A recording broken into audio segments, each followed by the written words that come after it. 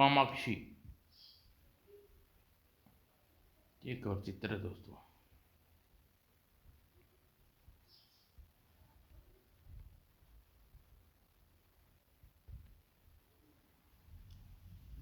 चंद्रशिला के राजमहल में सोमदत्त बहुत ही महान और न्यायप्रिय राजा थे।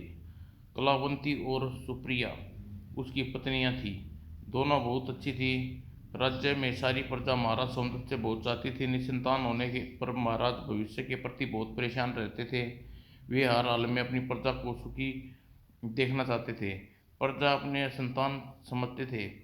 समय समय पर वह खुद अपनी प्रजा के पास जाकर उनके दुख सुख के पता लगाते रहते थे। मंत्री जी, कभी भी किसी वक्त भी फरियादी अगर कोई फरियाद लेकर आए तो उसके आने आना आने दें, चाहे वह आधी रात को ही क्यों ना हो। जो क्या महाराज, मैं नहीं चाहता कि मेरी प्रजा किसी प्रकार का कष्ट हो। इसी प्रकार एक दिन कामाक्षी नाम की एक राक्षस ने गुजर रही। वह नगर में किसी को सुखी देखकर हैरान रह गई। महाराज सोमदत्त अपनी दोनों रानियों के साथ इस प्रकार खुशी देखकर वह ईर्ष्या से जलने लगी। मेरे होते हुए राजा इतना सुखी कैसे है। मैं इसी राज्य में आज से अपना डेरा लगाऊंगी और रोज एक एक करके इस नगरवासी को अपने भोजन का शिकार बनाऊंगी। फिर देखूंगी राजा और प्रजा राज्य कैसे सुखी रहते हैं। तब कामाक्षी ने एक सुनसान जगह पर एक पेड़ पर अपना डेरा जमा लिया है। अब यहाँ से जो निकलेगा वह मेरा शिकार होगा। तभी कामाक्षी में एक दिमाग में बात आई, क्यों नहीं सुंदर राज्य को अपनी बेटी अनुपमा को सौंप दूं। ठीक, यही ठीक रहेगा। अगर उसे महाराज पसंद कर लिया तो वह देश की रानी बनकर तमाम जीवन राज करेगी और मैं ऐशपुर राजमहलों में ऐशपुर बिताएगी। मैं आज ही अपने साथ इस वृक्ष पर बुला लेती हूँ। और इस प्रकार कामाक्षी अपनी बेटी अनुपमा को इसी पेड़ पर बुला लेती है और वो रोज किसी न किसी व्यक्ति को अपना शिकार बनाती रहती है। धीरे धीरे यह खबर राजा तक पहुंचती है। महाराज, हम लुट गए, बर्बाद हो गए। क्या हो गया, आप लोग इस कदर परेशान क्यों हैं। महाराज, हमारे राज्य में हर रोज कोई ना कोई व्यक्ति गायब हो जाता है। अभी तक इसका कारण नहीं समझ में आया। महाराज चिंता में बात सुनकर सोच में पड़ जाते हैं। क्या यह जादुई शक्तियों का काम है, फिर किसी दुश्मन की चाल। जो भी हो, इस वक्त हमें प्रजा को मुसीबत से बचाना है। कुछ निर्णय लेते हुए महाराज सोमदत्त प्रजा से आश्वासन देते हैं, आप लोग निश्चिंत रहें, हम कल बहुत जल्दी ही आप लोगों को इस मुसीबत से छुटकारा दिलवाएंगे। महाराज की जय हो। प्रजा के जाती ही महाराज मंत्री को सुमित सेन को बुला कहते हैं, मंत्री, जैसे भी हो हमें 2 दिन के अंदर वह व्यक्ति मिलना चाहिए जिसे जो हमारी प्रजा को तंग कर रहा है। ये काम आपको करना होगा, चाहे वह मानव हो या दानव। महामंत्री, आप 2 दिन का समय दिया जाता है। जो हग्गा महाराज, मैं इसी समय समस्या को हल करने की पूरी कोशिश करूंगा। मंत्री के जाते ही महाराज सोच में डूब जाते हैं। इस वक्त मुझे राज्य में जाकर प्रजा में फैले भय को दूर करना चाहिए। यह सोच महाराज अकेले ही घोड़े पर सवार होकर चल देते हैं। घूमते घूमते महाराज उसी सुनसान मार्ग पर से गुजरते हैं जिस पेड़ पर अनुपमा की नज़र महाराज पर पड़ती है। प्यास लगी है, कहीं पानी ढूंढना चाहिए। ये व्यक्ति कौन है, इतना सुंदर और निर्भीक है कि मुझे खाने को भी जी नहीं चाहता। कौन है। मैं माँ की इजाज़त लेकर खुद जादुई शक्ति द्वारा इस सुंदर लड़की बनकर इस व्यक्ति से शादी कर लूँ। ऐसा सोच कर हूँ अनुपमा माँ कामाक्षी से अपने मन की बात बताती है। मेरी चाल कामयाब रही बेटी, यह आदमी इस देश का राजा है, आज से तुम इसी देश की रानी हुई। पर एक बात ध्यान से रखना, राज को यह नहीं पता चलना चाहिए कि तू छोटी रानी माँ बनने वाली है। इसी कारण वह तुमसे शादी कर लेगी। महाराज के कानों में छोटी रानी के गर्भवती होने की खबर सुन पहुंचने से पहले ही तुम दोनों रानियों को मरवा देना। राजा क्योंकि राजा रानी अपनी रानी को बहुत प्यार करते हैं। जल्दी ही तुम राजा को अपने रूप जाल में फंसाकर उसके मन मोह लेना ताकि वह अपनी पहली रानियों को याद भी न आए। तुम निश्चिंत रहो, मैं सब संभाल लूँगी। पर अब तुम्हें राज्य छोड़कर किसी दूसरी जगह जाना निवास करना बना लो।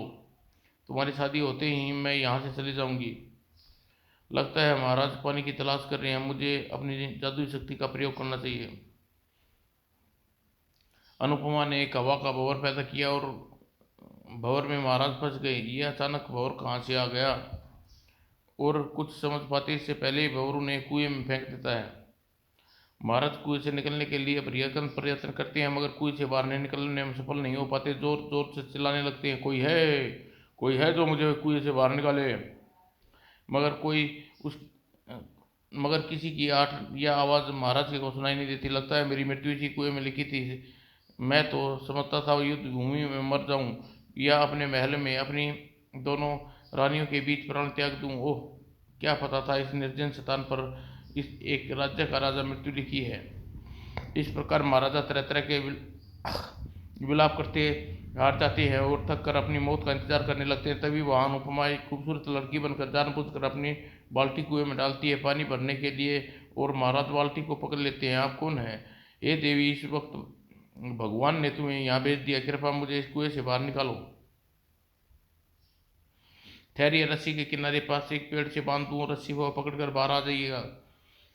महाराज की रस्सी की सहायता कुएं से बाहर आ जाते हैं। बाहर आकर अनुपमा को कहीं आसपास न देखकर सोच में पड़ जाते हैं। वह व्यक्ति कौन थी जिसकी सहायता से बाहर आया? दूर दूर तक कोई दिखाई नहीं देता।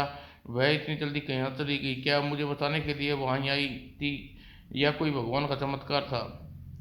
वह अभी कुछ सोच ही रहा था कि तभी अनुपमा आती है। आप कहाँ चली गई थी? मैं आपके लिए फल लेने गई थी। मैंने सोचा आपको भूख लगी होगी। पता नहीं आप कब से कुएं में अंदर हैं। कितनी नेक दिल और रहम दिल लड़की है। आज तुम्हारे कारण मेरी जान बची है। कौन हो तुम? कहाँ रहती हो तुम? कुछ इनाम देना चाहता हूँ। मैं बहुत अभागिन हूँ महाराज, मेरा नाम अनुपमा है। आप ही जान बचाना मेरा धर्म था। आपका दिया बहुत बहुत दिया कोई भी ना मेरे लिए व्यर्थ है। लगता है तुम बहुत दुखी है। तुम्हारा कोई क्या दुख है? तुम क्या चाहती हो? मुझे बताओ, शायद तुम्हारे लिए कुछ कर सकूं। मेरे जन्म देते ही मेरी माँ चल बसी। भाग्यहीन होने के कारण पिता ने पहले ही मर चुके थे। दूर के एक चाचा चाची ने मुझे पाला और मुझे अत्याचारों की झड़ी लगा धीरे अत्याचारों से बड़ी धीरे धीरे बड़ी होने लगी। सोचती थी शायद शायद के शादी के बाद मेरे ऊपर किए जाने वाले अत्याचार खत्म हो जाएं, लेकिन मेरी भाग्य में ऐसा पलटा खाया कि मैं सपने में भी कल्पना नहीं कर सकती थी। मुझे बताओ क्या हुआ? मेरे चाचा चाची लालच में आकर मेरी शादी एक बूढ़े व्यक्ति से तय कर दी। मैं सारी जिंदगी घुट घुट कर मरने से अच्छा मैंने आत्महत्या करना ठीक समझा। कुछ ही दिनों में मेरी शादी होने वाली थी, इसलिए मैं आज पानी लेने के बहाने इस कुएं में आत्महत्या करने आई। पर तभी मैंने कुएं में आपकी आवाज़ सुनी और मैंने आपको कुएं से बाहर निकाला। और आप ही कहे मैं क्या करूं? मरूं या क्या करूं? जीऊं? किसके लिए जीऊं? तुम्हारी दुख और निराशा सुनकर मेरा दिल बहुत दुखी हो गया। अब मैं तुम्हें और दुख नहीं उठाने दूंगा। असल में मैं तुम्हें देश का राजा हूँ। क्या क्या? आप यहाँ के राजा हैं? मैम मुझे माफ़ करते हुए, न जाने मुझसे आपको क्या क्या कह गई। इतनी मासूम है तुम्हारी बातों में। मैं जल्द ही तुम्हें अपनी रानी बनाऊंगा। तुम मेरे साथ मेरे राज्य में चलो। वही हुआ जैसा मैंने सोचा था। आप सच कह रहे हैं, मुझे यकीन नहीं आ रहा। मैं आपकी रानी बनने लायक हूँ। और महल में ले जाकर बहुत समझाने पर भी महाराज अनुपमा को शादी करने लगे। अनुपमा महाराज से बहुत प्यार करने लगी। अनुपमा, क्या मैं तुम्हारे प्यार को इस में क्या अपने ही क्या पूरे जहान को बुलाया जा रहा हूँ? मैंने कभी सोचा भी नहीं था। और प्यार से इतनी कोशिश होती है कि जो अच्छा भले व्यक्ति को बेकार बना दे। महाराज, मैं खुद नहीं चाहती कि आप एक पल भी मेरी नज़रों से दूर हो सकें। धीरे धीरे अनुपमा प्यार के अपने जादू में संगीत से महाराज को पूर्णतः अपने अधीन कर लेती है। महाराज छोटे मोटे बड़े से बड़ा भी काम अनुपमा की राय के बगैर नहीं करते।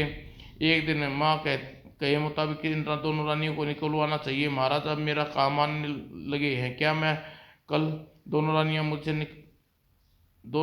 मुझे निकाल दे। वैसे भी छोटी रानी माँ बनने वाली है।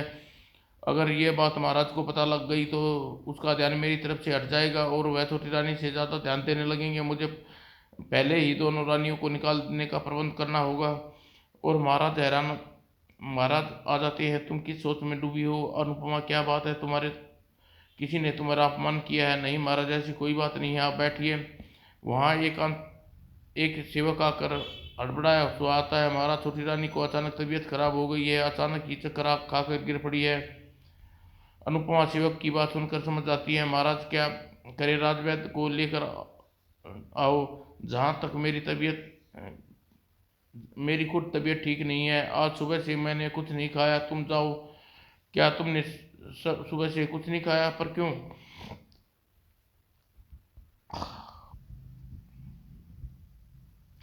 अनुपमा रोने लगी। महाराज कहते हुए डर लगता है कि आप मेरी बात पर विश्वास नहीं करेंगे या नहीं करेंगे। ऐसी क्या बात है, मुझे निडर होकर कहो अनुपमा। महाराज, आपकी दोनों रानियां मेरा आज सुबह से यह बहुत अपमान किया, मुझे यहाँ से निकल जाने के लिए कहा। यहाँ से जाने जाने पर उन्होंने मुझे मरवा देने के लिए कहा। अब आप ही कहें कि आपके चरणों को छोड़कर कहाँ जाऊँ? क्षमा करें महाराज। छोटी रानी ने भी कहा कि मैं महाराज को कोई झूठी खबर दूं कि छोटी रानी माँ बनने वाली है, जिससे महाराज आपके अधीन हो जाएंगे। ये सब कहने पर छोटी रानी की हिम्मत कैसे हुई? स्वामी, मैं आपके आगे हाथ जोड़ती हूँ, मुझे अपने से दूर न करो, मुझे अपने चरणों की दासी बना रखें। मुझे आपसे यही राजसी सुख नहीं चाहिए, मैं नौकरानी की तरह रह लूँगी, मुझे आपसे दूर मत करें। तुम फिक्र मत करो, तुम्हें नौकरों की तरह जीवन बिताने की कोई ज़रूरत नहीं, मैं उन्हें मौत के घाट उतरवा दूंगा। दूसरी ओर राजवैद्य मंत्री से कहता है। महामंत्री महाराज को खुशखबरी, रानी जी बहुत जल्द महल को रोशन करने वाली है।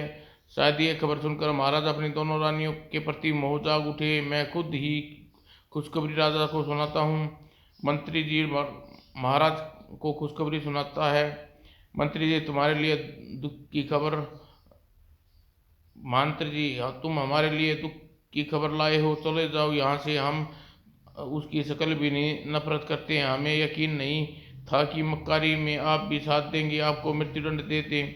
देखा महाराज, मैंने आपसे गलत नहीं कहा था। महाराज, आप ये क्या हुक्म दे रहे हैं? मंत्री जी की बात सुनते अनुपमा क्रोधित हो जाती है। सुना नहीं महाराज ने क्या आज्ञा दी है? आज्ञा का तामील की जाए। मुझे महाराज के कहने पर इन रानियों को नहीं मारना चाहिए। दोनों मंत्री जी रानियों को राज्य की सीमा से बाहर गुप्त रास्ते से ले जाता है। रानी जी, महाराज की आज्ञा के बारे में आप जानती हैं। यदि उन्हें यह ज्ञात हो गया कि आप जिंदा हैं तो मुझे मरवा देंगे। कृपया आप यहाँ से दूर चले जाएं, जल्दी ही महाराज को झूठ को सच पता लग जाएगा। मंत्री के जाते हैं। दोनों रानियां जंगल में किसी अज्ञात दिशा में चल पड़ी। कुछ ही दिनों में हम जंगल पार करके दूसरे राज्य में जाकर बाकी जीवन गुजारेंगी।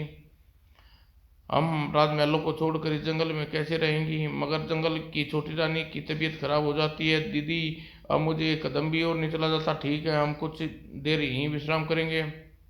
जंगल में छोटी रानी राजकुमार को जन्म देती है। क्या भाग्य लेकर पैदा हुए हैं राजकुमार। यहाँ राजमहल राजमहल और यह घना सुनसान जंगल, काश ये अनुपमा के आने से पहले ही इसका जन्म हो जाता था। मगर इसका राजकुमार के सामने पालन पोषण कैसे करेगी? इस प्रकार दोनों रानियां दुख और जोर जोर से विलाप करने लगती हैं।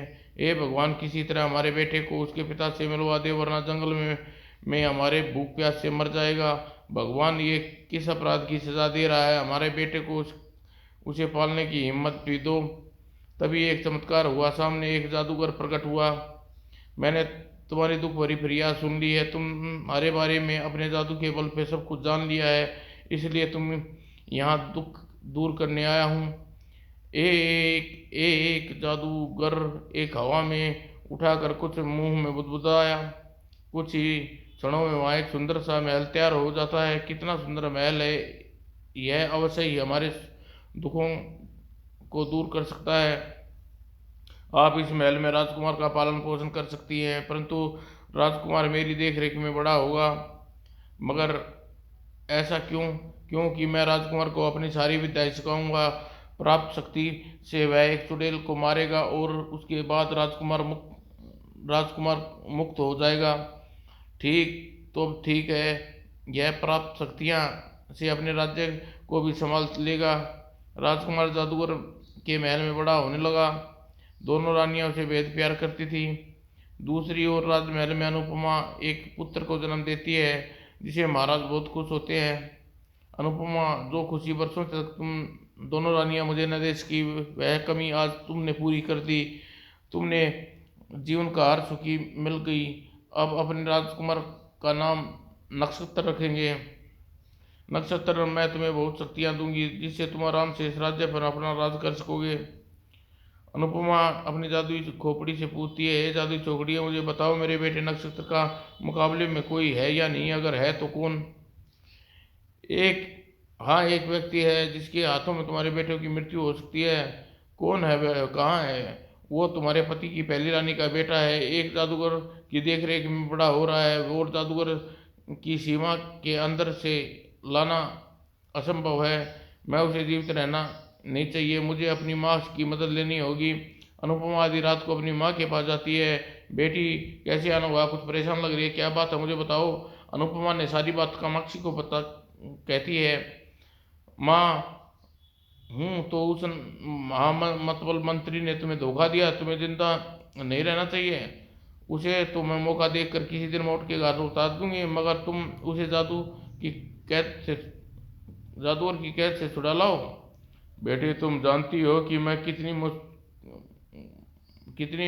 मुमकिन जादूगर की कैद से छुटी हूँ, लेकिन वह मुझे फिर कैद करने के लिए आज तक प्रयास कर रहा है। फिर तो मैं किसी तरह राजकुमार को मारने की कोशिश करूंगी। अच्छा माँ, मैं चलती हूँ। तुम राजकुमार को जितनी जल्दी हो सके ख़त्म कर देना। तुम चिंता मत करो, अक्सर मिलते ही मैं उसे उड़ा दूंगी। दूसरी ओर राजकुमार जादूगर की सीमा में के अंदर रहकर साधना करते कई कई तरह की शक्तियाँ प्राप्त कर लेता है। बेटे, अब तक तुमने जितनी शक्तियाँ प्राप्त की हैं वह मेरी सीमा के अंदर प्राप्त की हैं। आज तुम्हें सीमा से बाहर शक्ति पाने के लिए जाना होगा। एक बात का ध्यान रखना, मुझसे कभी अलग होना। जिस जगह मैं तुम्हें छोड़कर जाऊं उस जगह तब तक न मत हटना, चाहे कुछ भी हो जाए। मगर ऐसा क्यों? क्योंकि इसी में तुम्हारी सुरक्षा है। ये तुम्हारे लिए बचाव के लिए है। ठीक है, मैं आपकी बात का ध्यान रखूंगा। जादूगर को लेकर अपनी सीमा से बाहर जंगल के बाहर आ जाता है और राजकुमार को तरह तरह की साधनाएं करवाता रहे। एक दिन, राजकुमार, तुमने बहुत सी शक्तियां प्राप्त कर ली हैं।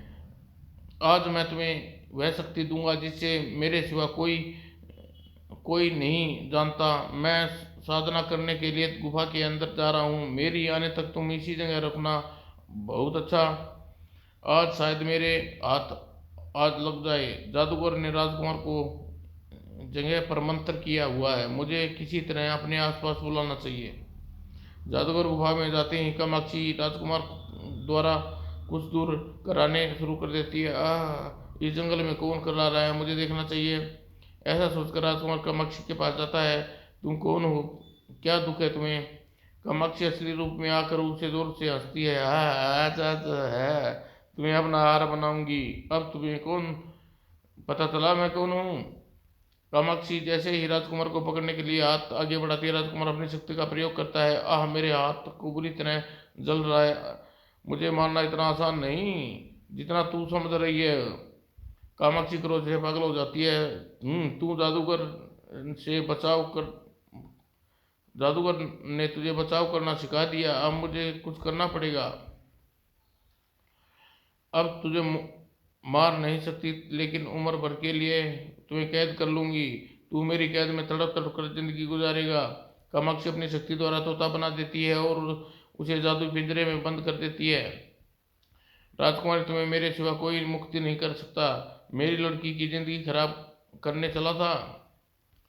आज से आधी रात से राज कामाक्षी अनुपमा को महल में भेज महल में आती है। अनुपमा, यह देखो मैं किसे लाई हूँ। माँ, ये कौन है? कोई जंगली तोता है? ये कोई मामूली तोता नहीं, राजकुमार है। फिर कामाक्षी पूरी घटना बताती है। माँ, आज मैं बहुत खुश हूँ। अब मेरे बेटे को रास्ते में कोई रुकावट नहीं। अब मैं जा रही हूँ अनुपमा, इसे कभी मत खोलना। दूसरी ओर जादूगर जब गुफा से बाहर आता है, राजकुमार को गायब देखकर जादुई शक्ति से सब कुछ समझ जाता है। आखिर राजकुमार कामाक्षी के चक्कर में आ ही गया। अब दोनों रानियों को क्या जवाब दूंगा? उन्हें राजकुमार गायब होने का पता नहीं लगना चाहिए, नहीं तो वे दोनों यह सदमा बर्दाश्त नहीं कर सकेंगी। मुझे कुछ करना चाहिए। अब मैं गुफा में से आए जादू के बालों का इस्तेमाल करता हूँ। जादू बालों का इस्तेमाल करता हूँ। हवन कुंड में तैयार कर जादूगर गुफा के अंदर आए और जादुई बालों में से एक बाल निकाल कर उसमें डाला और मंत्र पढ़ा, ओम स्वा भट्ट। देखते ही देखते हवन कुंड में एक दैत्य उत्पन्न हुआ। कहिए मेरे आगा, क्या हुक्म है? तुम्हें राजकुमार को आने आने तक उसकी शक्ल धारण करके उसकी माँ के पास रहना है। जो हुक्म आका। मगर मैं फिर तुम्हें असली रूप में ला सकता हूँ। तुम्हें राजकुमार बनकर ही बाकी जिंदगी गुजारनी होगी, ठीक है? और वह दैत्य देखते ही देखते राजकुमार का रूप धारण करने लगा और नकली राजकुमार जादूगर के साथ महल में आता है। माँ, आज जादूगर ने मुझे बहुत कुछ सिखाया। तुम्हें कुशल वापस देखकर मेरे दिल को चैन मिला। भगवान तुम्हें हर काम में सफलता दे। दूसरी ओर देखिए महाराज, कितना खूबसूरत होता है। सचमुच इसकी सुंदरता देखती बनती है। मुझे यह बहुत प्यारा लगा। तुम्हें ये कहाँ से मिला? आज सुबह बाग में घूमने गई थी, मैंने इसे देखा। मैं इसकी सुंदरता पर मुग्ध हो गई। बस मैंने इसे पिंजरे में तुरंत कैद कर लिया। इसका ध्यान रखना, ये कोई मामूली तोता नहीं लगता। आप निश्चिंत रहिए, यहाँ से आज़ाद नहीं होगा। मुझे ऐसा महसूस होता है जैसे मेरे जीवन में कुछ हिस्सा इस तोते के साथ जुड़ा है। मुझे यह तोता विचित्र शक्तियों वाला लगता है। महाराज, आप कहीं घूमने चलने चलते हैं तो बहुत दिन हो गए कहीं घूमने। तभी वह नक्षत्र आता है। हाँ पिताजी, आपसे यहीं रह कहने वाला था, कहीं घूमने जाना चाहिए। बेटे, एक दो दिन हमें घूमने का प्रोग्राम बना लेंगे। इस तोते को भी साथ ले जाएंगे, जैसी तुम्हारी मर्जी। उसी दिन महाराज को एक बाग में घूम रहे होते हैं तो किसी की आवाज़ आती है, पिताजी। मुझे पिताजी कहकर कौन बुला रहा है? राजकुमार नक्षत्र तो आराम कर रहा है। महाराज, मैं तोता ही आपका को पिताजी कहकर बुला रहा हूँ। क्या तुम बोल सकते हो मनुष्य की आवाज़ में? हाँ पिताजी। मेरे करीब आइए पिताजी, मैं आपको सच्चाई बताता हूँ। वह तोता राजकुमार को सारी सच्चाई बता देता है। क्या इतन इसका क्या मत सबूत है कि तुम जो कह रहे हो सब सच है? पिताजी, इसका सबूत आपका मंत्री देगा, जिसने आपको दोनों रानियों को जीव छोड़ा था। ठीक है, मैं अभी पता लगाता हूँ। महाराज को विश्वास होने पर अब अकेले मेरे पास आ जाए। मैं आपको खुद इनके चुंगल से आज़ाद होने का उपाय बता दूंगा। महाराज मंत्री को बुलाते हैं। मंत्री जी सुनो, आपने दोनों रानियों को मारवाया नहीं था, क्या यह सच है? झूठ बोलने की कोशिश मत करना मंत्री जी, क्योंकि इसका सबूत हमारे पास है। महाराज गुस्ताखी माफ हूँ। राज्य की भलाई और आपके वंश को जीवित रखने के लिए मैंने उन्हें जीवित छोड़ दिया। इस गुनाह की आप चाहे जो सजा दे सकते हैं। मंत्री जी, आपने हमें को हमारे राज्य को बचा लिया। आज हमारी आंखें खुल गई। हमें आपने किए पर पछतावा हो रहा है। हम आपको हमें अकेला छोड़ दें महामंत्री। मेरे बेटे ने ठीक कहा। मुझे अनुपमा चुड़ैल अभी तक भ्रम में रखा, लेकिन मैं उसे जिंदा नहीं छोड़ूंगा। अब गुस्से से काम लेना नहीं लेना चाहिए। यह जादूगर ने उससे मेरे बेटे का तोता बनाकर कैद कर दिया है। मुझे अपने बेटे से सलाह कर लेनी चाहिए। मेरे बेटे के पास जादूगर द्वारा दी गई शक्तियाँ भी हैं, शायद वही कोई रास्ता सुझा। हाँ बेटा, तुम ठीक कह रही थी, लेकिन अब हमें क्या करना चाहिए? पिताजी, आप घूमने और शिकार करने के लिए जाएंगे, तब आप और अनुपमा का जादुई फूल जो हर वक्त आपके सिर पर लगा रहता है अपने से अधिक शक्तिशाली को देखते ही वह जमीन पर गिर जाएगा। वह फूल आप फुर्ती से उठा लेना जब आप जैसे ही ऐसा करें जैसा मैंने कहा। और महाराज तोते की बताई योजना अनुसार अनुपमा नक्षत्र और मंत्री और कुछ सिपाहियों के साथ घूमने के लिए जाते हैं। ठहरो अनुपमा, हमें यहाँ कुछ देर विश्राम करेंगे।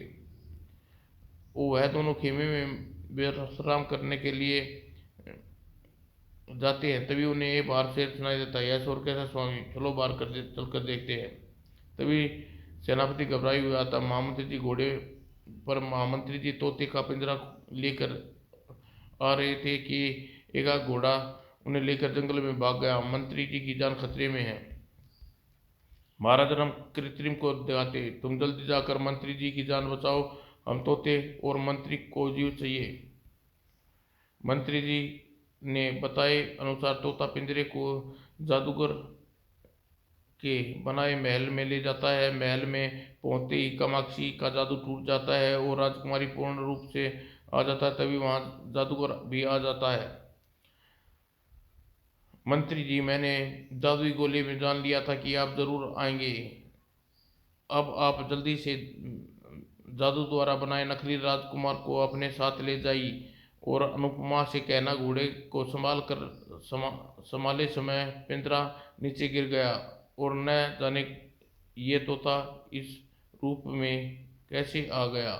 आगे मैं खुद आगे खुद समझ जाएगी कि तुम चले जाओ।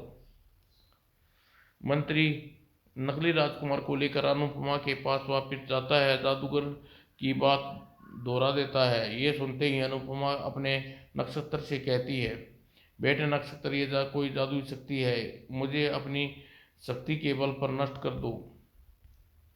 तभी अनुपमा का फूल जमीन पर गिर जाता है।